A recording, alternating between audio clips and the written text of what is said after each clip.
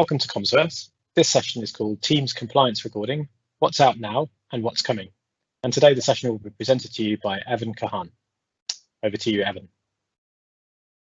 Hey, thanks, Dave. Thanks a lot. Hi, everyone. Welcome to this session on compliance recording.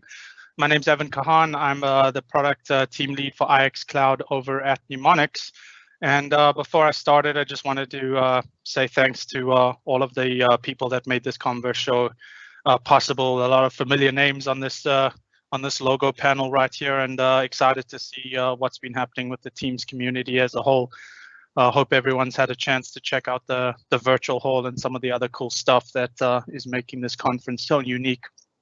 It's a little bit about myself before we get going. So I've been in call recording for about 12 years now across a number of different platforms, but primarily focused on Microsoft Voice. So from the OCS to the link to Skype and now Teams. Unfortunately, not an MVP like a lot of the other people that are presenting here, maybe one day. Originally from South Africa, and now spend my time learning how to deal with Florida, whether that's the heat that we're starting to get to now, or the fact that we've got 11,000 cases a day of COVID, but interesting times for everyone. What I wanted to do in today's session is really start off by giving everyone understanding of what the APIs are, what we know today, and how that kind of can, be taken into consideration when you're speaking to partners and customers about this compliance recording.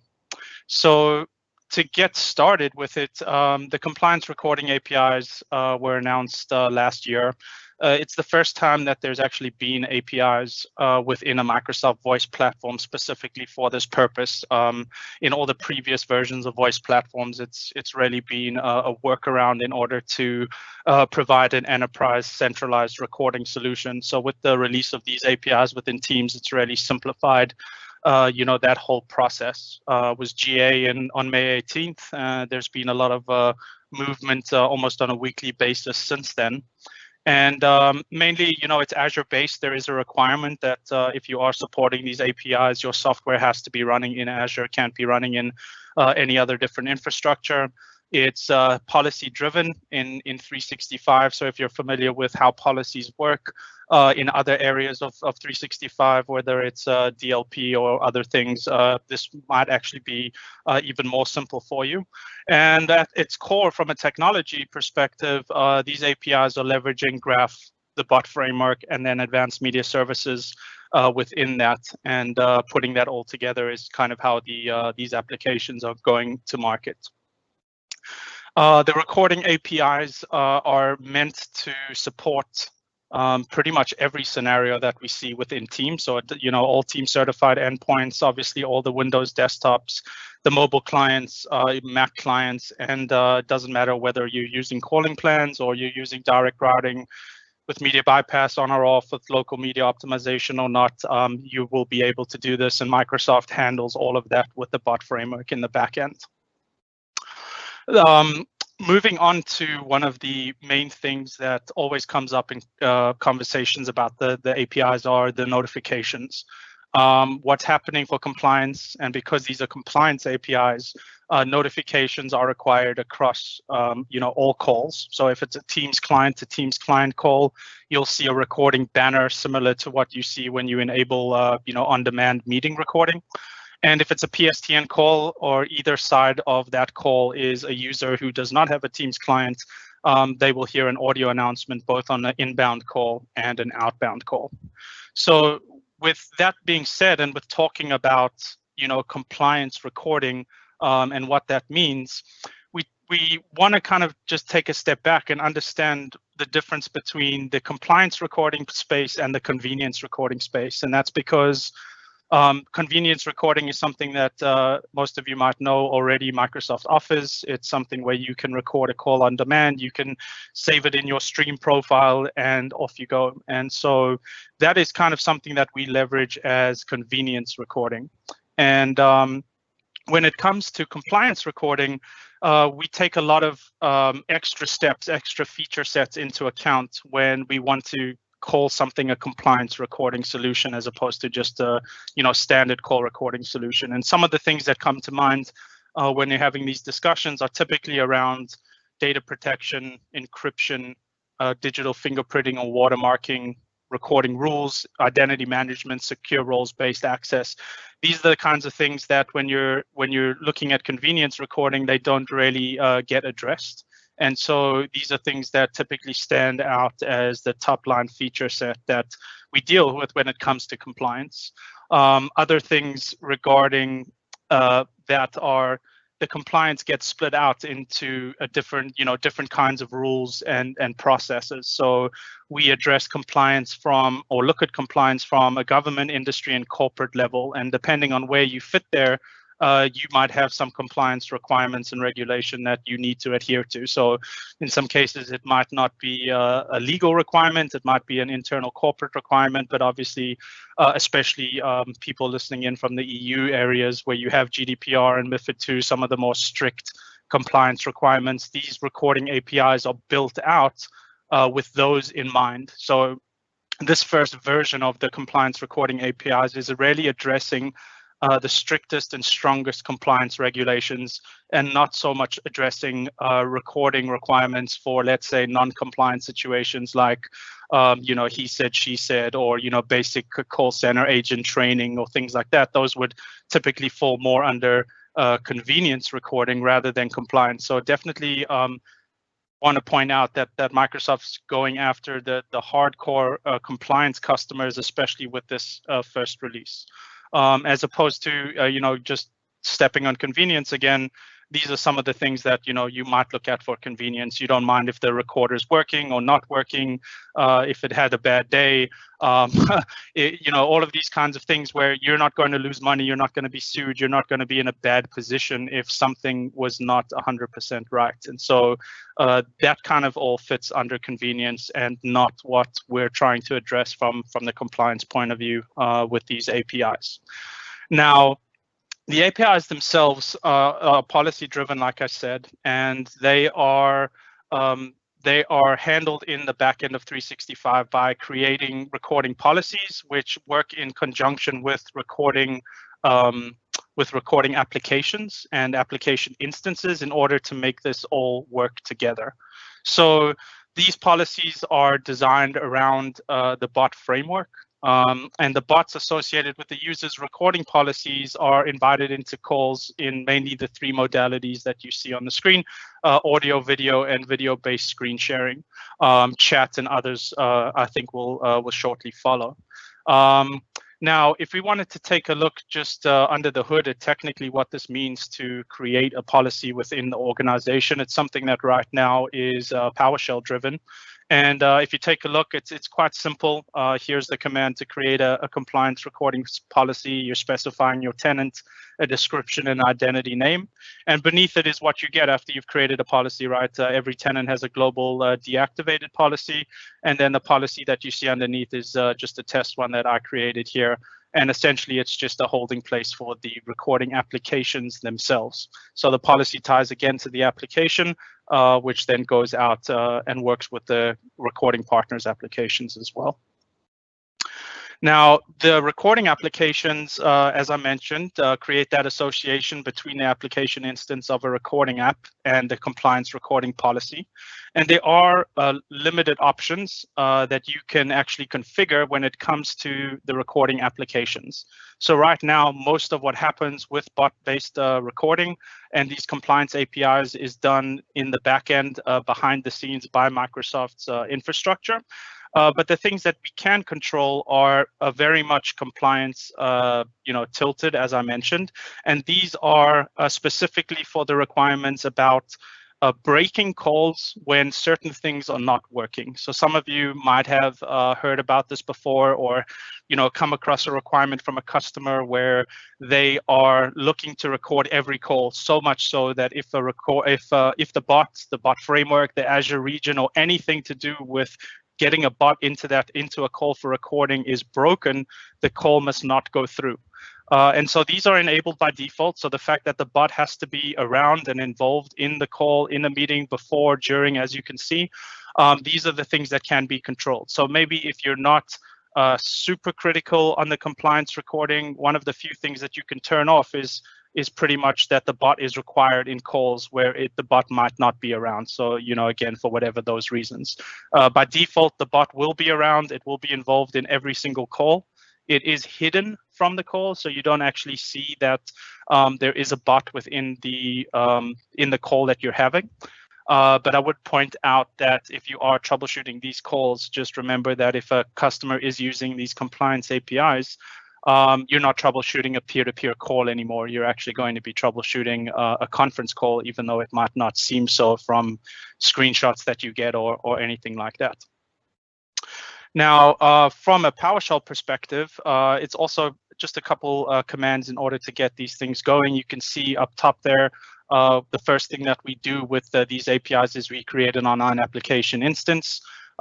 Little bit modified when creating that instance if we're dealing with hybrid customers that have on-prem AD, in which case the application is going to be provisioned down on-prem and then synced back up to be used within Teams. But once that application instance is set, you can go ahead and create the application, the recording application itself, which you can see on the second line there. And the output of that is in that third block that you see on the screen, showing you kind of the only options that are available with the APIs at the moment. Now, from a deployment model standpoint, like I said, the only requirement is that it's based in Azure. But when you're talking to recording partners, there's different ways in which the recording partners have gone and built out their solutions. So typically broken down into two main buckets. One is obviously running on virtual machines within Azure. And then the other is actually going native cloud, so using app services or service fabric, cloud services, etc., in order to deliver the solution. And really, it's a decision between IT and the rest of the company as to what is more effective for your requirements, right? If it's a virtual machine, there is obviously the mechanisms where that virtual machine still has to be maintained and patched and upgraded all the time. It's going to be running server. It's going to be likely running SQL as well. And so there is that component. The other option when it comes to native cloud-based services, obviously this goes away. And so if you're looking for something that doesn't have that maintenance, there are partners out there that are offering it as a complete SaaS offering. Whereby there's no VMs or anything like that. So it's structured from those two point of views, and then again offered either in multi-tenant or virtual dedicated fashion. So most partners, from what I understand, offer some sort of both. For multi-tenant, obviously it's a bot that's being used by multiple Microsoft tenants. Virtual dedicated is essentially a bot that's dedicated just to a specific Microsoft tenant, and off you go. Obviously, there would be cost differences associated with those two models, and upkeep and running the total cost of ownership on both of those would be a good exercise to do to try and find the best fit for for what you or your customers are looking for. From the standpoint of what we can see next, the biggest thing I think that has come out since the APIs were GA is the fact that there is going to be a certification program. The certification program, I can tell you from years past, is much more enhanced and in-depth than any other certification that there's been before. There will be a very large security component. So anyone who comes out of the certification, you can trust that they actually have had not just their software certified, meaning that they passed their test cases, but also that it's been audited. It's been, there's been security testing, penetration testing, etc., across that applications and its systems in order to make sure that it's addressing compliance, not just from the fact that it's recording the calls using the compliance APIs, but actually that the whole solution itself is compliant with its offering. And so because of that, and because this is a new kind of certification, it's never been run through by any partners in this kind of way before. We expect it's going to take a few months for even the first partners to kind of come out the other side of this kind of certification, just because there are so many additional things that need to be addressed when it comes to making sure that you're a compliant solution across the board. When it comes to enhancements and what we're expecting to see, I think that the most common thing that we hear about when it comes to enhancements is what can you do about the announcement. The announcement can be irritating, frustrating, annoying. It depends on how you're looking at it. Especially for outbound announcements, I would say it can get a little bit frustrating when you call a person. That person sees on their caller ID that it's you. They know it's you. They work with you every day, and because you have a compliance recording policy assigned to your account, when they answer the phone, they're going to hear an announcement play before they actually get to talk to you. And so you can imagine in some situations it might be beneficial to be able to enable or disable that. Officially, this is not a feature that can be disabled. It should be enabled by default by all recording partners. Typically, if you're speaking to someone that maybe the announcement is off or can offer you in that way, make sure that they're talking about compliance APIs and recording rather than what has been used up until the APIs which were released, which is tapping into your SBC, because you're using direct routing, for example. So those are the kinds of things that we hope to be able to better control via new APIs, in this space. So not just being able to change the audio, but being able to change, the text, what it's saying, how it's saying it, when it's saying it, etc. Those are things that that would be very helpful, but just not available at the moment. 7x7, that's an interesting one coming out soon. People might have heard about it, but it does affect how the bots and the recorders actually integrate into those kinds of scenarios. So that's coming out soon. And then another thing that's being worked on at the moment is bot efficiency. And that really comes into play when we're dealing with the fact that the redundancy of the option that Microsoft has given customers in this regard and how it affects the total number of users or objects within a conference. So you can enable full bot redundancy on any user from the partners that support that. Essentially what that does is it provisions 2 bots or 2 application instances in your tenant, and for every configured user for compliance recording, both bots are going to be following the users around. And we refer to it as full redundancy rather than resiliency, because whether or not the first bot succeeds in joining a call to be able to get at that audio and that media, the second bot will still come in. So it's a completely redundant offering. The concern and where we're working now is got to do with the fact that let's assume that you have 100 users and each of them are, every one of those 100 users have a compliance recording policy assigned to them. If they all jump in a conference, it's those 100 users, but it's 2 bots for each one of those users as well. So you're actually consuming 300 slots in your meeting, even though there's only 100 users that are in there. So being able to group bots together, especially when they're paired together for redundancy, is going to be a unique feature as the APIs grow and improve. Just because we still want to maintain the number of users that we're going to in meetings, right? Whether that's getting to that new 1,000 person benchmark or anything that maybe grows in addition to that. Some of the other things that are coming out or might actually be out this week is provisioning using security groups. Up until recently, when you were provisioning policies for users for recording, you had to do it one at a time, or you had to just put them in a CSV file and script it out so that you could provision a whole bunch of users more efficiently. That's being addressed now by being able to grant a compliance recording policy to a security group rather than doing to individual users. So that's going to help a lot when it comes to the larger organizations. And I just wanted to end off by giving just a couple of links. I think the presentation will be available for download, but there's a couple links here to Microsoft's documentation on the policies on compliance recording as a whole.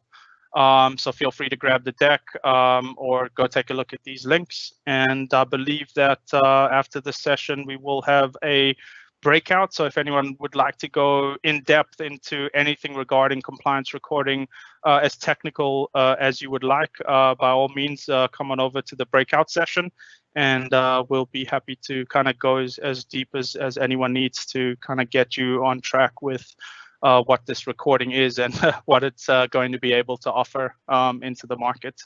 So with that, thank you very much for spending about 20 minutes with me while we go through that, and hopefully get a chance to talk to you all in the breakout. Thank you. Dave, all yours. Great, thank you, Evan. Just wondering if anybody has got any questions, then feel free to put them in the chat. We can leave this running for a little while. So if you do have any questions, dive in right now. As quick as you can type. I'll just leave this running for a couple of minutes here. Otherwise, as we've said, then you can catch up with Evan in the breakout session straight after. I'll stick that in as an announcement right now for you. So you should be able to see that in the Q&A if you want to hit the breakout session later. Okay, it's not looking like we've got any questions coming in directly now. So we shall leave it there. Feel free to go and meet Evan directly. I'm sure he'll love to talk to you about all things Teams compliance recording, and get very techie and geek out with you about compliance bots and stuff. I certainly learned those today. So thanks very much for the session. And yeah, please join in with the post-session networking directly at that goteams.fans/BRK150. So thank you so much, Evan, for your session today. Thanks a lot. Thanks, everyone. Take care.